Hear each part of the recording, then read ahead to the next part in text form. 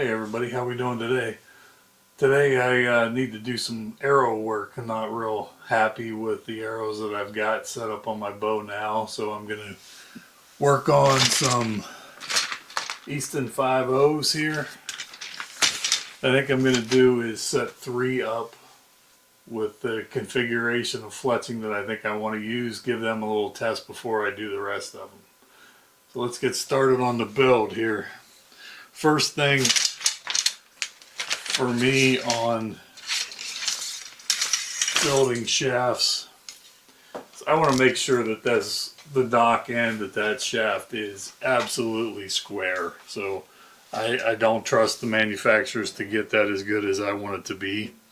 So I'm going to be removing the nocks, step 1. And also I need to remove the nocks before I can fletch them. I have my Bitzenberger jig set up with a Zenith upgrade kit. So that takes, instead of using the knock where it's kind of a sloppy fit on there, it has a pin that actually goes inside the arrow with a friction fit. I think that does a nicer job than what you get with the regular Bitzenberger knock fit. And since I'm squaring the ends anyways, it doesn't cost me any time. Just rotating the nocks there a couple turns, loosen them up so I can pull them out. Now if you were going to change knock color, if you wanted to, perfectly fine to grab them with a pair of pliers and pull them out. But I plan on reusing those nocks, so I don't want to damage them with pliers. So I got 3 of those done. Next step, I'm going to take a metallic Sharpie and I'm just going to go over the end of the arrow here and coat that. This copper one works pretty nice for this.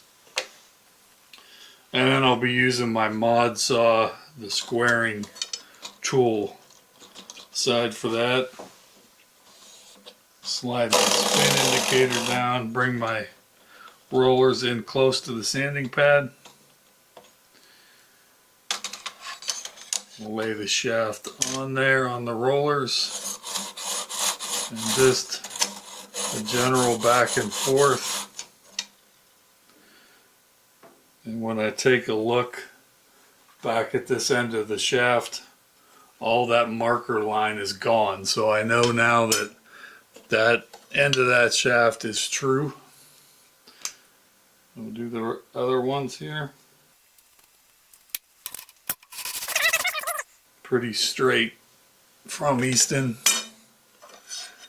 I just like to check, because that knock end is the most important end of your arrow. Everybody always talks about squaring the front end, which is important, but the back end of your knock end is extremely important to good arrow flight. Okay, those are all taken care of. Next step, we will be applying some wraps before we start to put the vanes on. I'm going to move out of the dungeon here and go upstairs so I can watch TV while I'm fletching, and we'll pick up when I get back up there.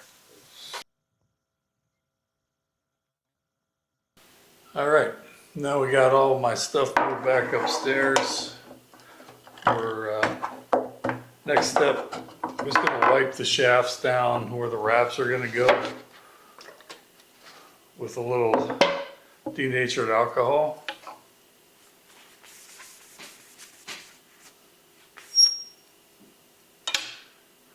And you can see how much carbon dust is actually on those arrows.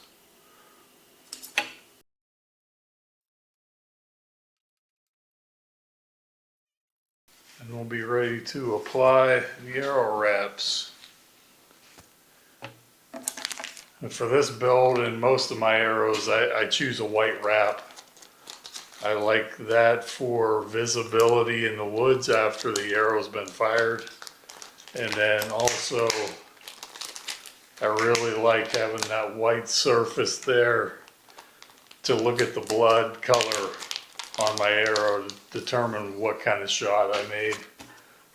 This makes me feel better that looking at that the blood on the white surface is a lot easier than trying to look at it on a black carbon arrow. It's really difficult to tell. So I did look up this Whitewater Archery's arrow wraps. I'd never used those before, and they recommended that you clean the shafts with denatured alcohol and not acetone, so that's why I did that. So we'll peel one of these guys off of here, lay it on my pad. I'm using a piece of toolbox drawer liner. Makes it nice, it sticks to the table well and has a little bit of cushion in it for wrapping the wrap. So you want to bring that wrap arrow right up to the knock end is on the wrap, and kind of make sure you are square with it, and then just gently roll that. Give it a couple rolls, make sure it's all seated, and that's what you should have. I like the way those look. That's pretty nice on that shaft with the white Easton lettering. Looks pretty good. Let's do up the other two.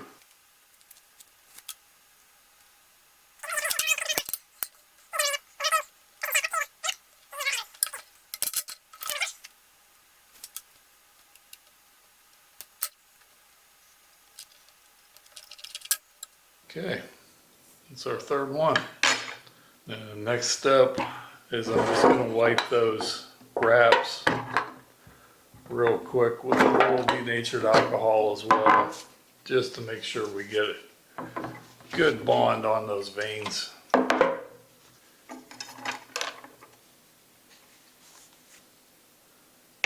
Just a quick wipe, get any of the oil off my finger or from my fingers off of there.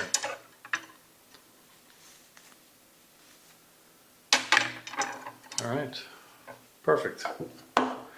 Get rid of this cleaner, these arrow wraps, and go get some veins, and we'll start fletching. Okay, I did check the website also for the manufacturer of these veins, which is Q2.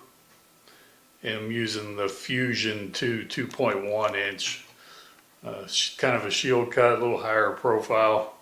And I'm going to be doing those on your standard 3x120 fletch.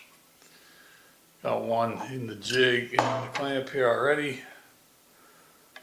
Just drop an arrow on. Step down snug on the insert. Again, I need to take my glasses off so my old eyes can see.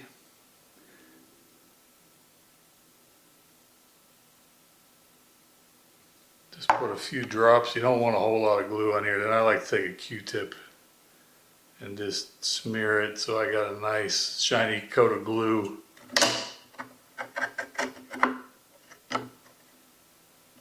Make sure that seats down well, and then wait. The past couple arrow setups I've used, I was experimenting with 4 fletch, a lower profile vein. I was using gold tips on those. Didn't see anything wrong with it, but I decided I'm going to go back to the helical 3 fletch here and see how I like that this year. It's always fun just to experiment with some things, keeps it fresh. And I miraculously hope I'll become a better shooter, but I think those days are over for me.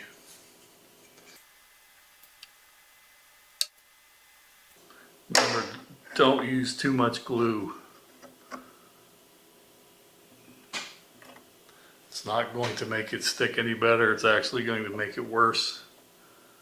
It's just a nice light film of glue and you should be fine if you've prepped everything properly. And again, always check the manufacturer of the wraps and the veins on what their recommended cleaning procedure is. Some are different than others. Some are acetone, some are denatured alcohol. Some vanes they ask you to use a primer pen, some they tell you not to.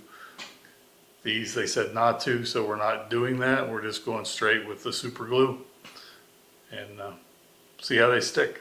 It's the last one. Give that a couple minutes here, then I'll pull it out and we'll tip the ends. I like to put a little dab of glue right at the leading edge and the trailing edge of each vane. That finishes them off. All right, we're back. The arrows, the vanes are all on, they're all dried. Next step, I'm going to reinstall the nocks. I like to take just a touch of string wax just on the very end of the knock. Helps it slide in a little bit easier and I can adjust it a little easier. Slides right in. And I will index, since I'm using all one color, I like to index with a little tab on the side of the knock, so I will set that so I have one vane straight up with the index going out to the left.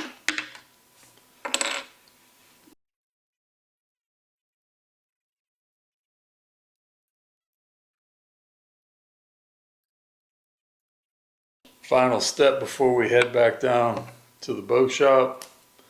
Got to number all your arrows. This helps you keep track when you're shooting. If you've got an anomaly, an arrow that's not going where you think it should, you can trace that back to, is it one arrow? Is there something wrong with your shooting? Whatever. I like to put that on the vane that's going to be sticking out from the bow. So start with number 1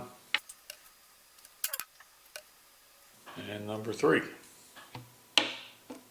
All right, we're back down in the basement. I'm going to use my Last Chance Archery draw board here to get the correct length of arrow that I want on this setup. This is a new setup for me. I just bought it over the winter down at Acorn Archery off of Nate. Great pro shop. If you live in this area, highly recommend them. So this is the first set of arrows that I've made for this bow, so I want to make sure I get the exact length that I want. So we'll set things up here in the draw board. Put an arrow on.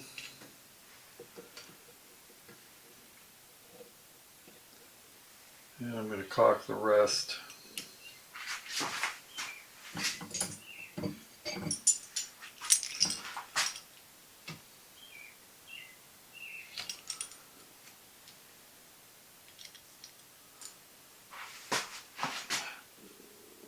Always when you're using your draw board, make sure you use your safety catch so you don't have an accident if that loop should happen to break.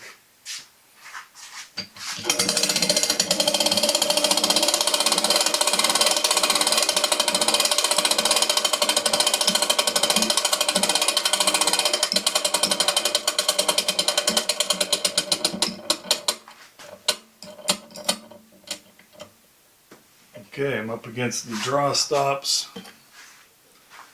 I'm going to take a marker here and come in, and I'm going to be using half certs on this, so part of them will be out of the bow. So I'm going to go right about there and make a mark for these.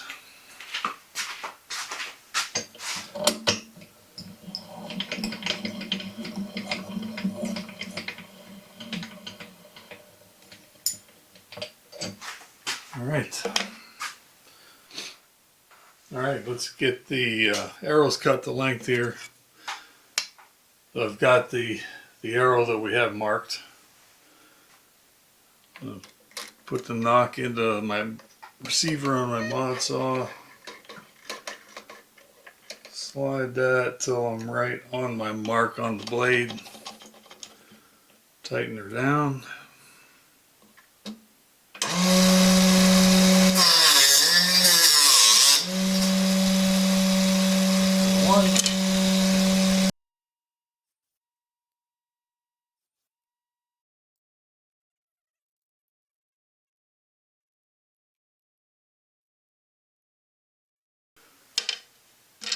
This mod saw is really good. I'd recommend it if you're in the market for an arrow saw, that this is the one you pick. It's so quiet, smooth, has all the features that you need for squaring, spinning. Just a real nice package.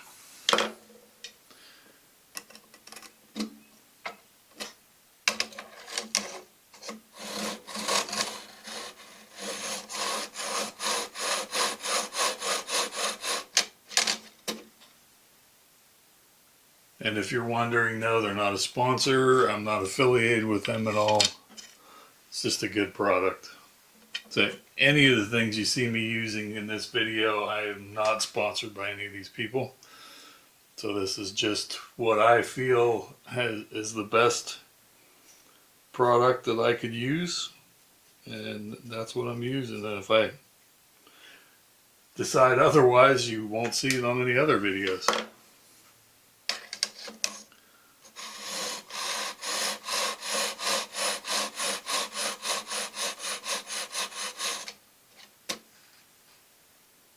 Hey, those are all squared up.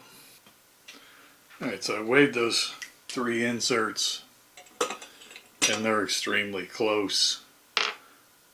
49.1 is the lightest one and 49.5 is the heaviest one. So I don't think that's going to make a whole lot of difference in my arrows. But let's weigh the shaft setups, and then we'll match up our inserts to that shaft.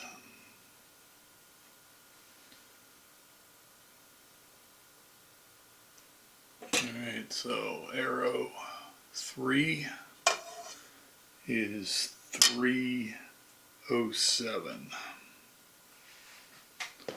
Arrow 2 is 304. And between those 3 arrows in my setup, I've got a 3 grain difference top to bottom. And I only have not even half a grain difference from the lightest to the heaviest insert. So we'll take the 49.1 and that will go with arrow 1. Arrow 2 will get the 49.2. Nope, got that backwards. That should go there. That will go there. That'll get me each arrow within about a grain and a half. So as long as my gluing is about the same, we'll be perfect. Take a little denatured alcohol again. And a Q-tip. We'll go in here, clean out all that gunk.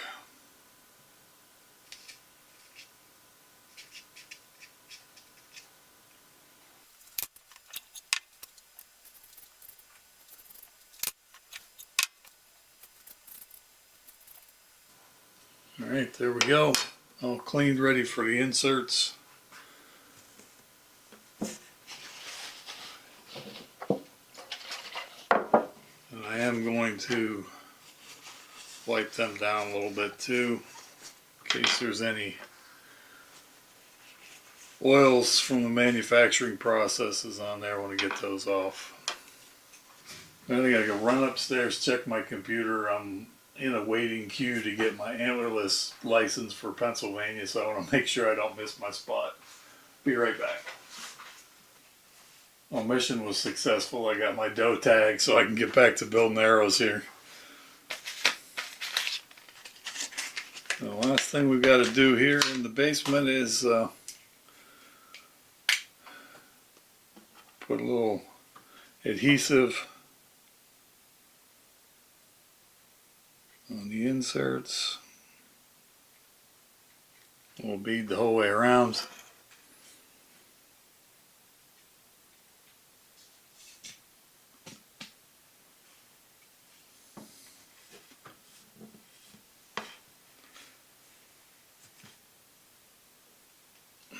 fit in there nice and snug.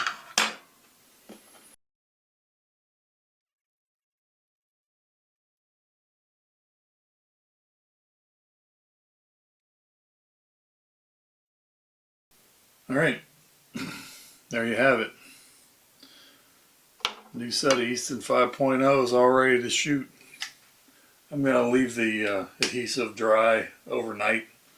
It's supposed to rain here tomorrow, so I think I'll set up my paper tuner in the garage and we'll give them a whack, see what happens. And I'll go out and enjoy the sunshine today while it lasts. I'll be back with you in a little bit and we'll do some paper tuning.